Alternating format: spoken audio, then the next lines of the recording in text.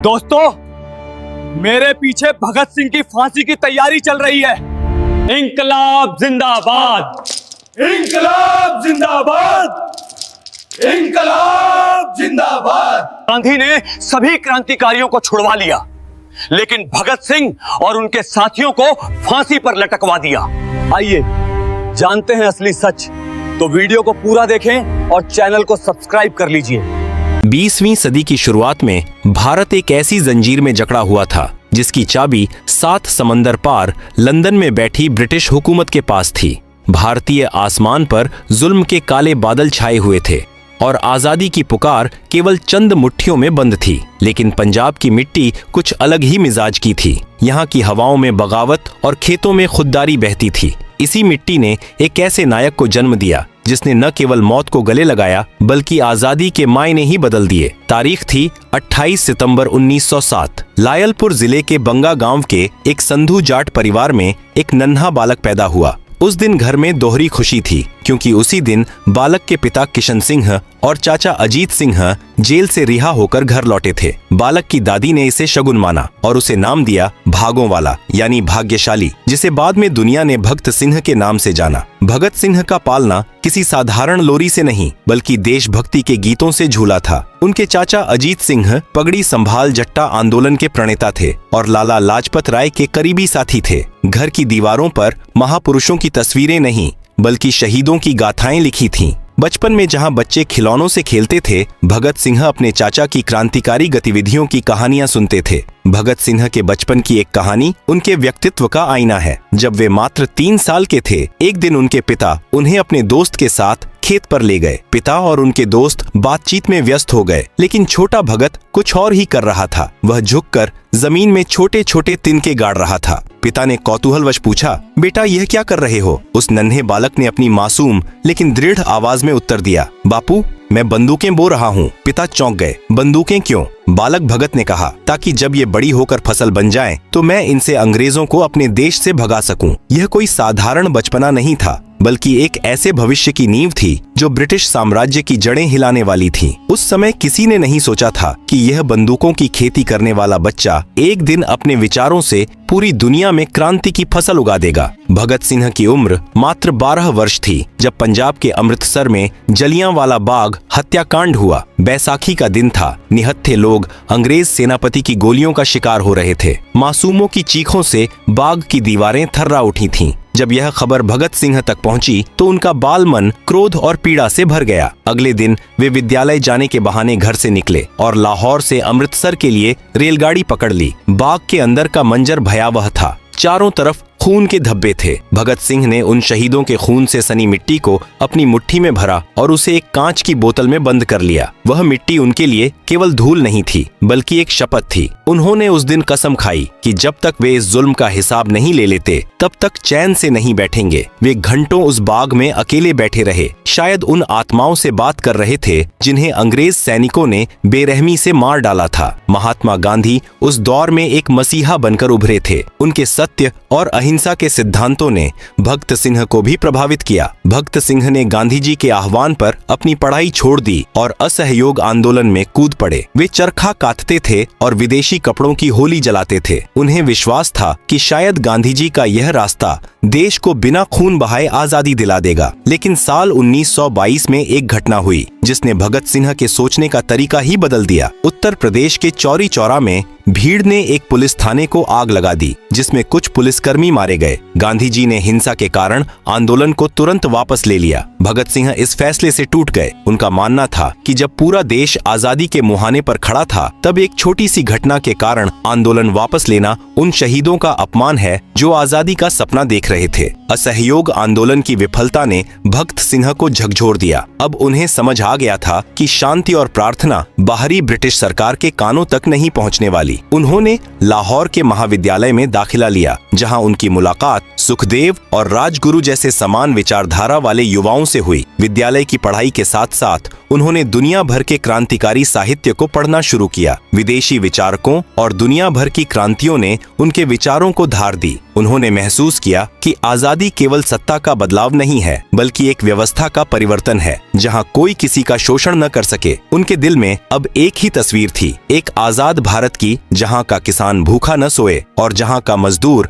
अपनी मेहनत का पूरा फल पाए। भगत सिंह अब एक छात्र से क्रांतिकारी बन चुके थे। उनके भीतर जलियांवाला बाग की वह आग धधक रही थी जिसे उन्होंने बोतल में बंद रक्त रंजित मिट्टी के रूप में सहेज रखा था। अब वक्त आ गया था कि वे अपने विचारों को लागू करें। हिंदुस्तान सोशलिस्ट रिपब्लिकन एसोसिएशन का जन्म होने वाला था और भारतीय इतिहास एक नया मोड़ लेने वाला था। साल 1928 भारतीय इतिहास में उथल पुथल का वर्ष था। ब्रिटिश सरकार ने भारत के लिए नए सुधारों की समीक्षा करने हेतु साइमन आयोग का गठन किया। इस 7 सदस्यीय आयोग में एक भी भारतीय सदस्य नहीं था। भारत के भविष्य का फैसला 7 अंग्रेज करने वाले थे जिन्हें भारत की संस्कृति और समस्याओं का ज्ञान नहीं था। पूरे देश में गुस्से की लहर दौड़ गई। साइमन वापस जाओ के नारे देश के हर कोने में गूंजने लगे। 30 अक्टूबर 1928 को जब साइमन आयोग लाहौर पहुंचा तो वहां का नजारा देखने लायक था। हजारों की भीड़ काले झंडे लिए खड़ी थी। इस विरोध प्रदर्शन का नेतृत्व कर रहे थे शेर ए पंजाब लाला लाजपत राय। भगत सिंह और उनके साथी युवा क्रांतिकारी भी इस भीड़ का हिस्सा थे।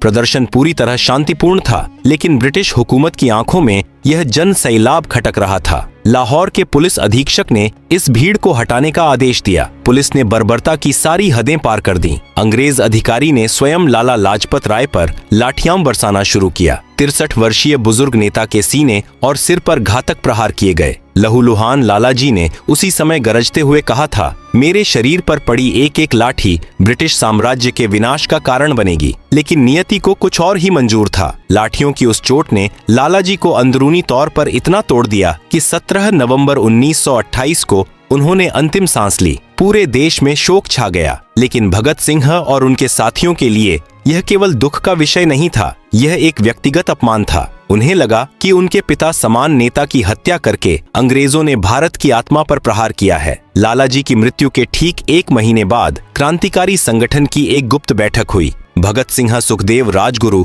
और चंद्रशेखर आजाद के चेहरों पर गुस्सा साफ झलक रहा था। उन्होंने तय किया कि खून का बदला खून से लिया जाएगा। उनका लक्ष्य था वह अंग्रेज अधिकारी जिसने लालाजी पर लाठियां चलाई थीं। योजना बड़ी सटीक थी। राजगुरु को पहली गोली चलानी थी, भगत सिंह को उन्हें सुरक्षा देनी थी और चंद्रशेखर आजाद को भागने का रास्ता सुरक्षित करना था। जय गोपाल को अंग्रेज अधिकारी की पहचान करने की जिम्मेदारी दी गई। लाहौर के जिला पुलिस कार्यालय के बाहर सन्नाटा था। शाम के समय एक पुलिस अधिकारी अपनी दुपहिया गाड़ी पर दफ्तर से बाहर निकला। जय गोपाल ने इशारा किया, यही वह अधिकारी है। राजगुरु ने अपनी पिस्तौल निकाली और अधिकारी के सीने में गोली उतार दी। वह अधिकारी तुरंत जमीन पर गिर पड़ा। इसके बाद भगत सिंह ने भी उस पर कई बार गोली चलाई, लेकिन यहाँ एक बड़ी चूक हो गई थी। जिसे वे मुख्य अधिकारी समझ रहे थे वह दरअसल एक सहायक पुलिस अधीक्षक जॉन सैंडर्स था। मुख्य अधिकारी उस दिन कार्यालय में ही रुक गया था। सैंडर्स की मौत ने ब्रिटिश शासन को हिलाकर रख दिया। पूरे लाहौर में कड़ी नाकाबंदी कर दी गई। चप्पे चप्पे पर पुलिस तैनात थी।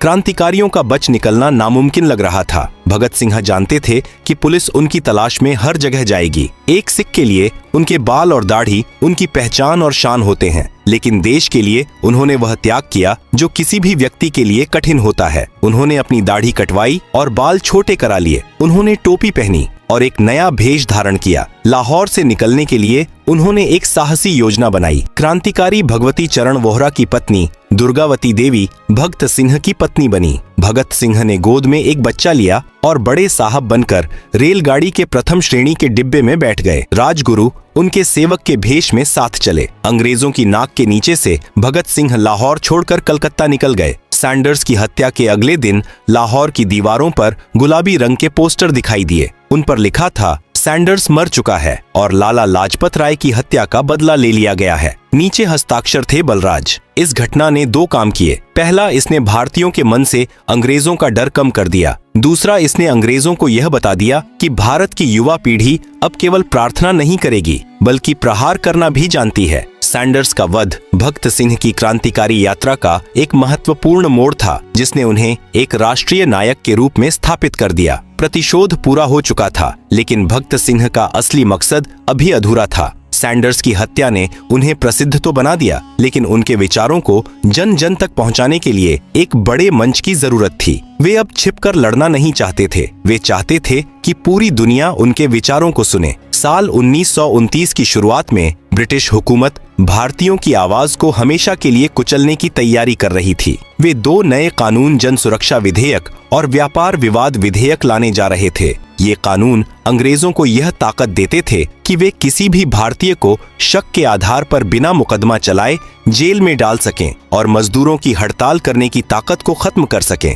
देश के बड़े नेता सदन में इसका विरोध कर रहे थे, लेकिन अंग्रेज अपनी जिद पर अड़े थे। भगत सिंह और उनके संगठन ने महसूस किया कि अब समय आ गया है कि एक ऐसा धमाका किया जाए जिसकी आवाज लंदन तक सुनाई दे। उनका मकसद किसी की जान लेना नहीं, बल्कि सोई हुई जनता को जगाना और बाहरी सरकार को चेतावनी देना था। तारीख थी 8 अप्रैल। दिल्ली की केंद्रीय असेंबली खचाखच भरी हुई थी। जैसे ही अध्यक्ष ने इन विधेयकों के पारित होने की घोषणा करने के लिए खड़े हुए दर्शक दीर्घा से 2 युवा उठ खड़े हुए। वे थे भगत सिंह और बटुकेश्वर दत्त। भगत सिंह ने अपनी जेब से एक कम ताकत वाला बम निकाला और सदन के खाली स्थान पर फेंक दिया। धमाका हुआ और पूरा सदन धुएं से भर गया। लोग अपनी जान बचाने के लिए इधर उधर भागने लगे, लेकिन भगत सिंह और दत्त अपनी जगह से बिल्कुल नहीं हिले। उन्होंने दूसरा बम फेंका और हवा में सैकड़ों पर्चे उछाले। पूरा हॉल नारों से गूंज उठा, इनकलाब जिंदाबाद और साम्राज्यवाद का नाश हो। उन पर्चों पर बड़े अक्षरों में लिखा था,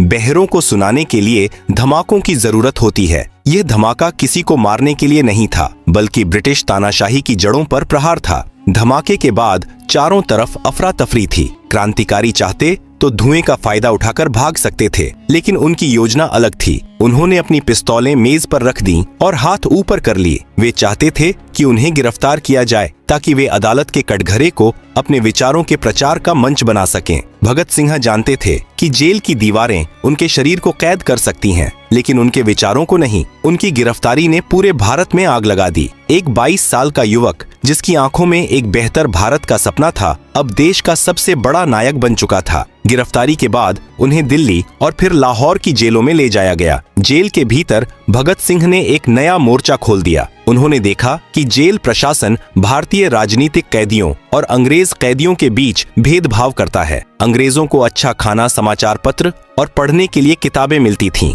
जबकि भारतीयों को खराब खाना और पशुओं जैसा व्यवहार। भगत सिंह ने इसके खिलाफ भूख हड़ताल शुरू कर दी। उनकी मांगें बहुत स्पष्ट थीं कि भारतीय कैदियों को राजनीतिक कैदी का दर्जा दिया जाए और उन्हें किताबें और समाचार पत्र उपलब्ध कराए जाएं। अंग्रेज प्रशासन को लगा कि ये लड़के कुछ दिनों में हार मान लेंगे, लेकिन वे गलत थे। यह भूख हड़ताल ऐतिहासिक रूप ले गई।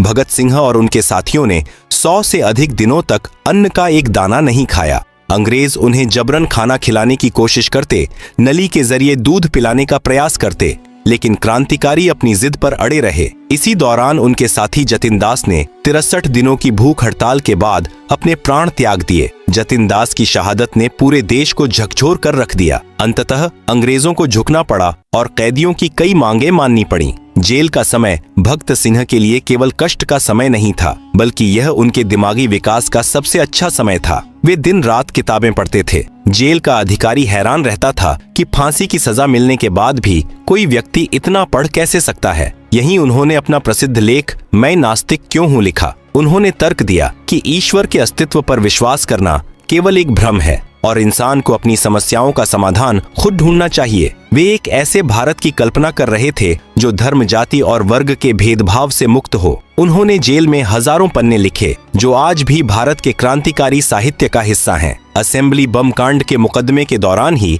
अंग्रेजों को सैंडर्स की हत्या में भगत सिंह की भूमिका के सबूत मिल गए। मुकदमा तेजी से चलाया गया। 7 अक्टूबर 1930 को एक विशेष न्यायालय ने भगत सिंह, सुखदेव और राजगुरु को सैंडर्स की हत्या का दोषी पाया और उन्हें फांसी की सजा सुनाई। पूरे देश में सन्नाटा पसर गया। लोग सड़कों पर उतर आए। हर कोई चाहता था कि इन नौजवानों की जान बच जाए, लेकिन भगत सिंह विचलित नहीं थे। उनके लिए फांसी की सजा उनके लक्ष्य की सफलता थी। वे जानते थे कि उनकी मृत्यु हजारों नए भगत सिंह पैदा करेगी। साल 1931 की शुरुआत देश में भारी तनाव के साथ हुई। एक तरफ भगत सिंह, सुखदेव और राजगुरु की फांसी की तैयारी थी, तो दूसरी तरफ महात्मा गांधी और अंग्रेज वायसराय के बीच बातचीत चल रही थी। मार्च के महीने में गांधी और इरविन के बीच एक समझौता हुआ। पूरे देश की नजरें इस बात पर टिकी थीं कि क्या गांधी जी इन तीनों वीरों की जान बचा पाएंगे। इतिहास में यह एक बड़ा विवाद रहा है। समझौते के तहत उन सभी कैदियों को छोड़ने की बात मान ली गई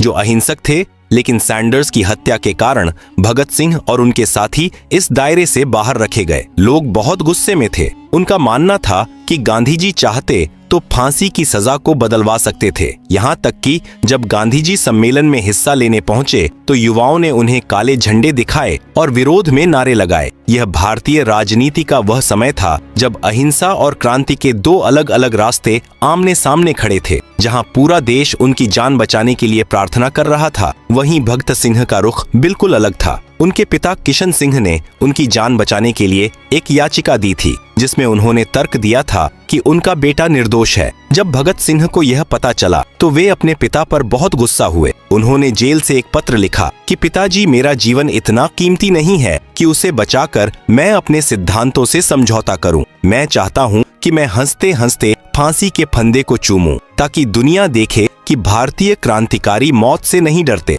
भगत सिंह जानते थे कि उनका जीवित रहने से ज्यादा उनका मरना देश के लिए अच्छा होगा। वे अपनी शहादत को क्रांति का सबसे बड़ा बीज बनाना चाहते थे। फांसी की सजा के लिए 24 मार्च की सुबह तय की गई थी, लेकिन अंग्रेज सरकार इतनी डरी हुई थी कि उन्हें जेल के बाहर खड़ी हजारों की भीड़ के विद्रोह का डर था। इसलिए नियमों को दरकिनार करके फांसी का समय 11 घंटे पहले कर दिया गया। 23 मार्च की शाम को ही जेल का कर्मचारी उनके पास पहुंचा और कहा कि समय आ गया है। उस वक्त भगत सिंह एक महान क्रांतिकारी की जीवनी पढ़ रहे थे। उन्होंने कर्मचारी की तरफ देखा और मुस्कुराकर कहा कि रुकिए, एक क्रांतिकारी दूसरे क्रांतिकारी से मिल रहा है। उन्होंने किताब का एक पन्ना मोड़ा और खड़े हो गए। यह उस महामानव का साहस था जो अपनी मौत के कुछ मिनट पहले भी ज्ञान की तलाश में था। भगत सिंह, सुखदेव और राजगुरु को जब उनकी कोठरियों से बाहर निकाला गया तो उन्होंने एक दूसरे को गले लगाया। वे मौत की सजा पाने वाले कैदी नहीं लग रहे थे, बल्कि ऐसा लग रहा था मानो तीन दोस्त किसी उत्सव में जा रहे हों।